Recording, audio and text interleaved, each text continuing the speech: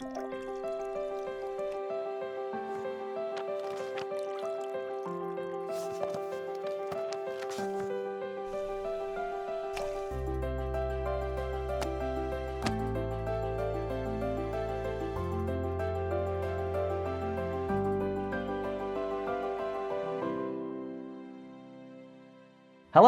welcome to the Eagle and Child video series. My name is David. My name's Matt. And in this video series, we're going to be having some pints. And maybe some scotch from time to time. Maybe a small gin and tonic. Ooh, I love gin and tonic. And we're going to be talking about Christianity, and specifically about Christianity from the viewpoint of C.S. Lewis, who is the Christian apologist and the author of the Chronicles of Narnia. And what makes C.S. Lewis so powerful and why we want to bring him into this video series is he's a very relatable person. C.S. Lewis was an atheist, very rational, wrestled with Christianity, a lot of the issues that you and I wrestle with today, and yet he was able to overcome them. And thanks to his gift of being a phenomenal author and in narration, he writes incredible Christian apologetics works and can express these issues in the most beautiful ways. And actually, he's how you and I met.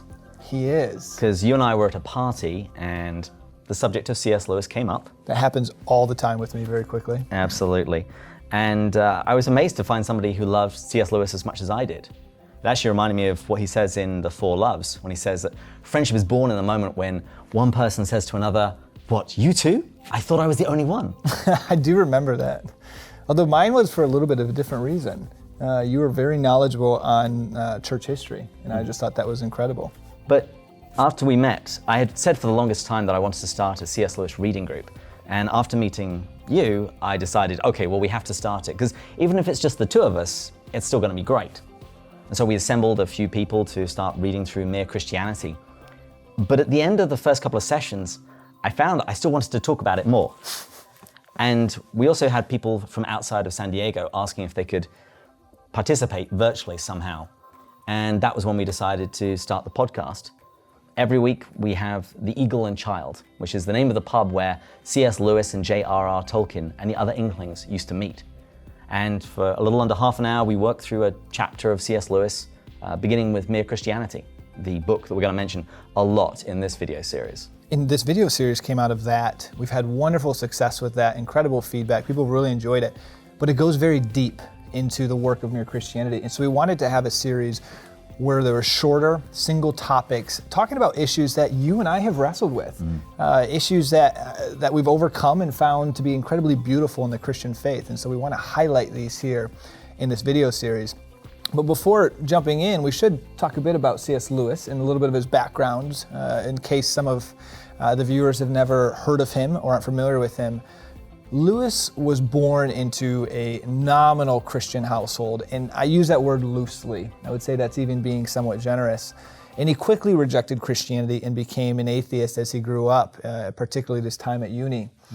Afterwards, he became a professor at Oxford and Cambridge, and he's an incredibly rational person, and he was a staunch atheist. But then, while he was at Oxford, his opinion started to change. They did. He moved from atheism to theism, just believing in a God, and then eventually made his transition all the way to Christianity. And he's writing during the time of World War I, World War II, to give a little context. And Mere Christianity itself were a series of talks during World War II. And my love for Lewis had started actually at my time at Oxford. I'd heard of Lewis. I knew of the Chronicles of Narnia. I had no idea he was a Christian apologist. And I was there at this time in my life where I thought I should be incredibly happy. I should feel so fulfilled. I'm achieving a high level of academic success. I was able to travel the world. From an outside, everything sort of suggested happiness. And yet I never felt more empty in my life. And so I started wrestling, questioning my worldview, and I started wrestling with Christianity itself, whether it existed, and was slowly becoming an atheist. And I'm reading the Richard Dawkins of the world at the time, reading Lawrence Krauss, and I remember just talking to a friend, his name's Matt, and he goes, "Matt, you need a little C.S. Lewis in your life." And I kid you not, when he says this to me, I'm thinking to myself, all right, I'm reading Richard Dawkins. C.S. Lewis is not on the same intellectual level as Richard Dawkins. This isn't going to convince me of Christianity. And lo and behold, I read Mere Christianity. and found it to be so beautiful. And as I'm struggling with life, I'm thinking to myself, this way of living is incredible. And I had the gift of being able to read it in his area. I lived right across from Magdalen College. Addison's walk was instrumental in his journey, and I got to read a ton of books there. So it was just an incredible time for learning and loving and getting to read C.S. Lewis. For me, I grew up hearing the Chronicles of Narnia. It was actually what my parents used to bribe me. If I was in bed, washed my face, brushed my teeth, changed into my pajamas, and I was in bed, then I would get treated to a chapter of the Chronicles of Narnia. You were not a normal child. No, not at all. I actually had, my very first push-along toy was this big plastic lion, which I very quickly named Aslan. Oh my goodness, that's adorable. I was adorable, don't know what happened. But in terms of faith, I was raised in a Christian household. But for me, it was at university when my faith came alive. It really became my own.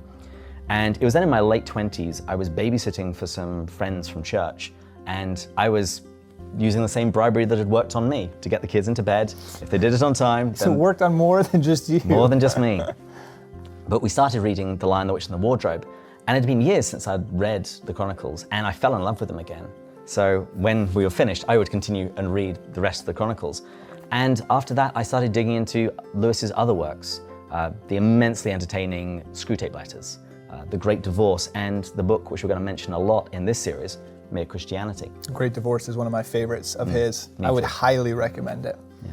And our hope with this video series, our goal is we have come to fall in love with the truth and the beauty of Christianity and enjoy the adventure of the Christian faith. And our goal is, through the writings of C.S. Lewis, in these conversations, to share that truth and that beauty with you guys. And we look forward to you joining us. Yeah, feel free to, in the comment section, if there's things that you don't agree with or things that you're wrestling with that we haven't addressed, please bring them up, and we would love to, in future video series, chat about them. Absolutely. So until then, further up And further in, cheers.